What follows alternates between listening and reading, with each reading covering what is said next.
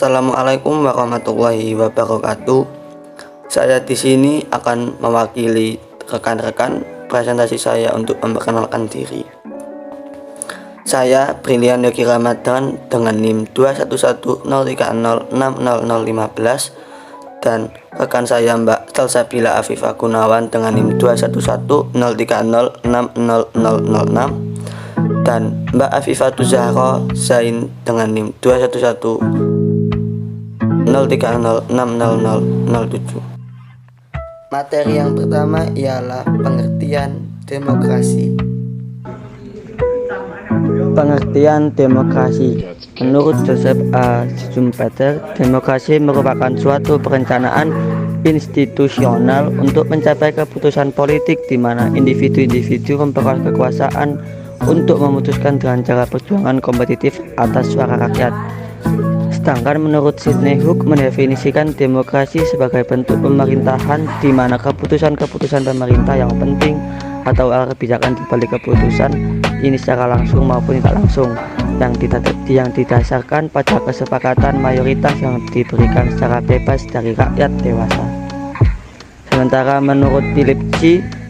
Schmitter dan Terry Linkar mendefinisikan demokrasi adalah suatu sistem pemerintahan di mana pemerintah dimintai tanggung jawab atas tindakan-tindakan mereka di wilayah publik oleh warga negara yang bertindak secara tidak langsung melalui kompetisi dan kerjasama.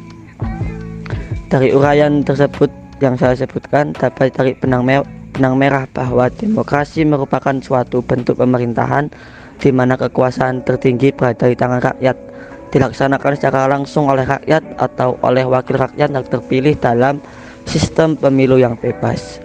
Jika diperhatikan, demokrasi yang diartikan sebagai pemerintahan oleh rakyat dalam arti yang sesungguhnya tidak pernah ada dan sepertinya tidak akan pernah ada. Hal ini merupakan suatu yang mustahil bagi setiap rezim demokratis atau benar-benar demokratis karena akan terganjal oleh kriteria yang berasal dari arti kata itu sendiri. Moral yang tinggi dan keuntungan-keuntungan yang disebutkan guna menjustifikasi pemerintahan demokratis tidak diragukan memerlukan demokrasi dengan partisipasi yang mendelegasikan keputusan-keputusan kepada warga penduduk. Jika dalam suatu pertemuan atau selama pemilihan rakyat dapat mengekspresikan opini-opini mereka. Oleh karena itulah dalam konsep demokrasi modern atau rakyat yang berartikan demos digantikan dengan perwakilan atau berartikan representatif sehingga hanya sebagian kecil dari penduduk yang akan bertanggung jawab untuk mengurus kepentingan rakyat. Jadi demokrasi modern merupakan pemerintahan oleh perwakilan yang dipilih oleh mayoritas rakyat. Dalam praktiknya demokrasi perwakilan atau representatif demokrasi adalah norma yang paling umum di antara sistem demokrasi modern atau kontemporer. Adapun karakteristik utama menurut Hall adalah sebagai berikut. Yang pertama, pejabat yang terpilih. Pengawasan atas keputusan-keputusan pemerintahan berkaitan dengan kebijakan secara konstitusional dilakukan dalam pemilihan pejabat-pejabat oleh rakyat. Jadi pemerintahan demokratis yang modern berskala besar adalah merupakan perwakilan. Yang kedua, bebas, jujur, dan pemilihan berulang-ulang. Pejabat-pejabat yang terpilih ditentukan dalam pemilihan yang dilakukan secara jujur dan berulang-ulang, di mana cara pemaksaan secara relatif jarang terjadi. Yang ketiga, kebebasan untuk berekspresi. Rakyat mempunyai hak untuk mengekspresikan dirinya dalam masalah-masalah politik tanpa ada bahaya ancaman hukuman, termasuk ancaman dari pemerintahan, ancaman dari orang-orang lain. Nomor 4, akses kepada sumber-sumber informasi alternatif. Rakyat berhak mencari sumber informasi yang alternatif dan independen dari warga-warga lain, pakar-pakar, majalah-majalah, dan ahli-ahli sebagainya. Yang kelima, otonomi asosiasi.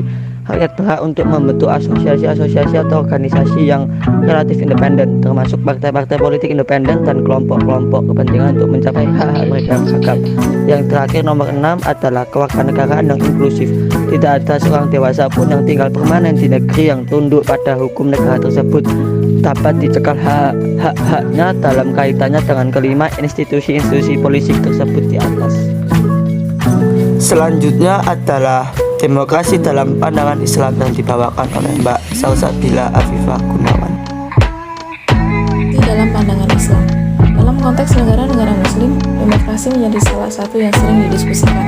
Hal Hal ini dikarenakan masalah kesesuaian antara Islam dan demokrasi, terutama karena demokrasi didasarkan pada sekularisme, sedangkan Islam adalah agama yang didasarkan pada kepercayaan kepada Tuhan.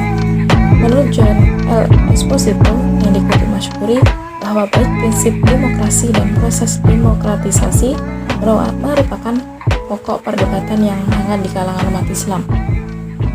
Di samping nilai-nilai Islam dan nilai-nilai demokrasi secara inheren merupakan antitesis, sebagaimana terlihat pada masalah-masalah seperti perbedaan antara laki-laki dan perempuan. Menurut Huntington, terdapat kesesuaian antara Islam dan demokrasi, karena Islam sendiri menempatkan egalitarianisme dan voluntarisme sebagai tema pokoknya. Begitu juga dengan Ernest Gellner yang mengatakan bahwa bentuk high kultur Islam yang diikuti dengan sejumlah keistimewaan, seperti unitarianisme, aturan etik, individualisme, skriptualisme, dan lain sebagainya. Dan semuanya itu sebangun dan serupa dengan tuntutan modernitas atau modernisasi yang pada umumnya itu semua juga selaras dengan tuntutan demokrasi. Secara garis besar, wacana Islam dan demokrasi terdapat 3 pemikiran, yaitu yang pertama adalah Islam dan demokrasi adalah 2 sistem yang berbeda. Kelompok ini sering disebut sebagai kelompok Islamis atau Islam ideologis. Kelompok ini memandang Islam sebagai sistem alternatif demokratis, sehingga sebagaimana konsep Barat tidak tepat dijadikan acuan dalam kehidupan berbangsa dan bernegara. Logika yang dipakai mereka adalah pemerintahan demokrasi berasal dari Barat, sedangkan Barat bukanlah Islam, sehingga Barat adalah kafir. Segala sesuatu yang kafir tentunya berdosa, sehingga bagi Muslim sejati akan berdosa jika mengikutinya. Dan karena itu, sistem demokrasi merupakan sistem kafir karena telah meletakkan kedaulatan negara di tangan rakyat, bukan Tuhan.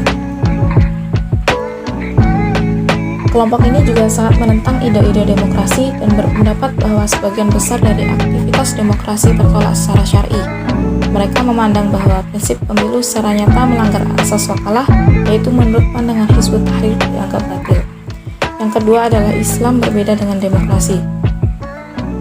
Kelompok ini menyetujui adanya prinsip demokrasi dalam Islam, tetapi tetap mengakui adanya perbedaan antara Islam dan demokrasi. Apabila demokrasi didefinisikan secara prosedural seperti yang dipahami dan dipraktikkan di negara-negara Barat, tetapi sebaliknya jika demokrasi dimaknai secara substantif, yaitu kedaulatan di tangan rakyat, Islam merupakan sistem politik yang demokratis. Setelah diadakan penyesuaian penafsiran terhadap konsep demokrasi itu sendiri, ternyata demokrasi adalah konsep yang sejalan dengan Islam. Demokrasi dalam Islam juga memiliki wawasan yang mirip, akan tetapi perbedaannya terletak pada kenyataan bahwa jika dalam sistem Barat suatu negara demokratis menikmati hak kedaulatan mutlak, dan sedangkan dalam demokrasi Islam khalifahan ditetapkan untuk dibatasi oleh batas-batas yang digariskan hukum ilahi. Yang terakhir atau nomor 3 adalah Islam membenarkan dan mendukung demokrasi.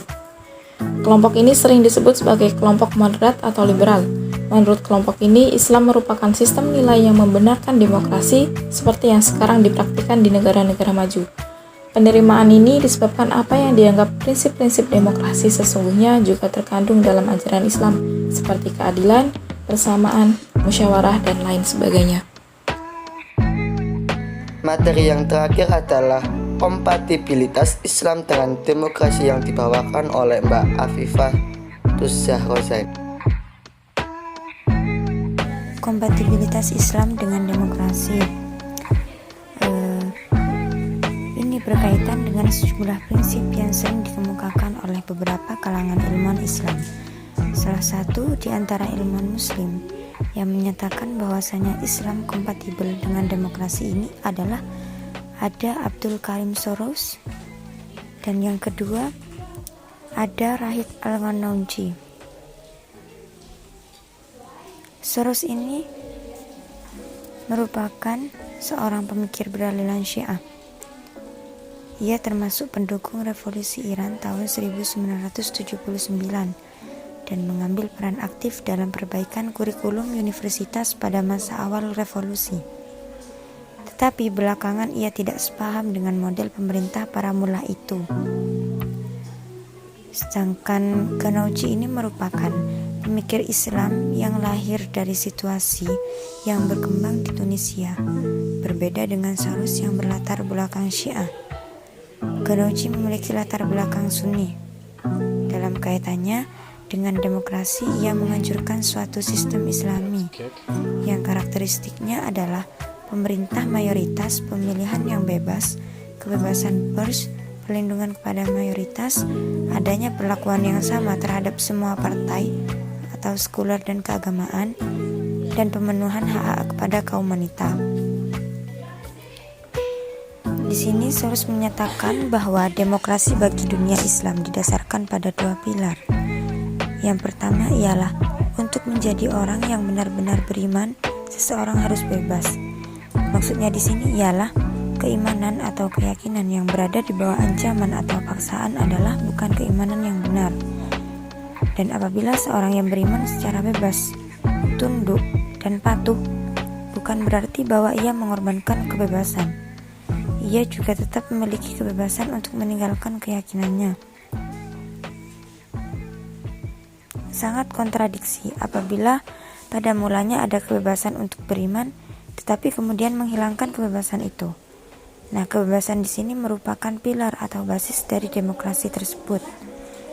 Dan menurut Soros, keyakinan dan keinginan dari mayoritas harus membentuk negara Islam yang ideal.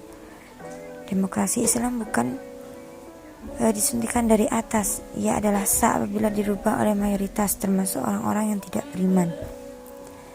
Dan yang kedua, menurut Soros ini ialah pemahaman umat Islam terhadap Islam senantiasa berkembang.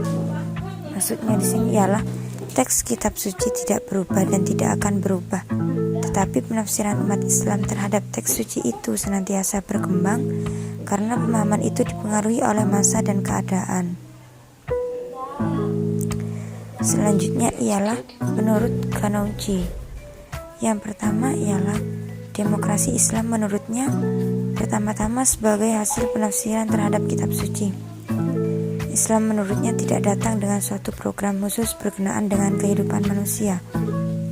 Islam membawa prinsip-prinsip yang umum. Oleh karena itu, adalah tugas umatnya untuk memformulasikan program tersebut melalui interaksi antara prinsip-prinsip Islam dengan modernitas. Islam memberikan jaminan untuk dilakukannya ijtihad. Proses syura atau yang disebut dengan bermusyawarah menurutnya berarti cara pengambilan keputusan yang kembali kepada komunitas secara keseluruhan. Ditambahnya bahwa nilai-nilai demokratis seperti pluralisme politik dan toleransi sepenuhnya kompatibel dengan Islam. Islam ini mengakui adanya realitas pluralisme dengan kehidupan. Apakah itu yang berkaitan dengan kesukuan, kebangsaan, kebahasaan, agama, ataupun yang bercorak aliran-aliran politik. Sedangkan yang kedua ialah demokrasi Islam pada dasarnya merupakan hasil dari pengalaman manusia dewasa ini. Nah, legitimasi negara-negara Muslim kontemporer didasarkan pada kebebasan dari kolonialisme Eropa modern. Suatu kebebasan di mana unsur keagamaan dan sekuler, Muslim dan Kristen terlibat secara bersama-sama.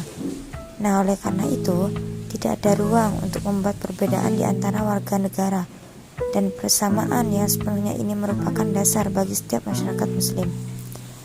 Ia menegaskan bahwa legitimasi yang sebenarnya adalah legitimasi yang diperoleh melalui pemilihan.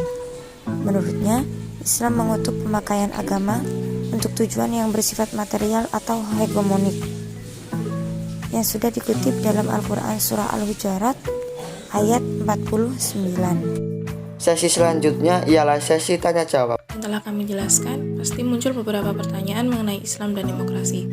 Kelompok kami telah mencantumkan 2 contoh pertanyaan mengenai materi yang kami bahas, yaitu yang pertama, apa perbedaan antara konsep Islam dan demokrasi, dan yang kedua, apa pentingnya demokrasi dalam Islam. Mengenai perbedaan antara konsep Islam dan demokrasi, Islam adalah agama yang diajarkan oleh Nabi Muhammad SAW yang berpedoman pada kitab suci Al-Quran yang atas perintah Allah SWT. Sedangkan demokrasi adalah bentuk atau sistem pemerintahan yang seluruh rakyatnya turut serta memerintah dengan perantaraan wakilnya atau pemerintah rakyat. Dan yang kedua, mengenai pentingnya demokrasi dalam Islam. Pentingnya demokrasi dalam Islam adalah untuk menentukan perkara sesuai dengan syariat yang paling menguntungkan bagi rakyat. Dengan penerapan syariat, maka hukum-hukum batil warisan negara barat akan hilang dengan sendirinya, demokrasi di Indonesia sebagian sudah sesuai dengan demokrasi Islam. Sekian dari kelompok kami. Terima kasih dan mohon maaf jika ada kesalahan, karena kesempurnaan hanya milik Tuhan semata. Wassalamualaikum warahmatullahi wabarakatuh.